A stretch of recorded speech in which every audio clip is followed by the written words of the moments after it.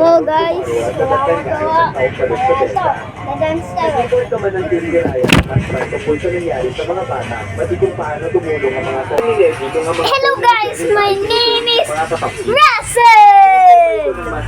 So guys, kung kaya ba talaga nila pumulong ng future ng mga shinobi. Sinubukan niya ito na kunin ang software pero bigo na.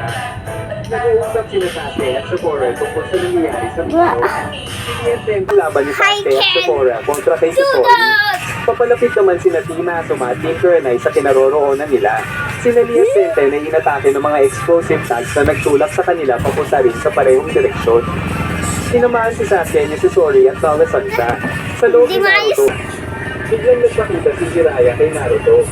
Sinarami siya doon sa Tsunade ng hapunan pero nagulat siya sa biglang pagbiyak ni Tsunade sa kung paano binibigtahan ni Jiraiya sa Sephora sa nobela.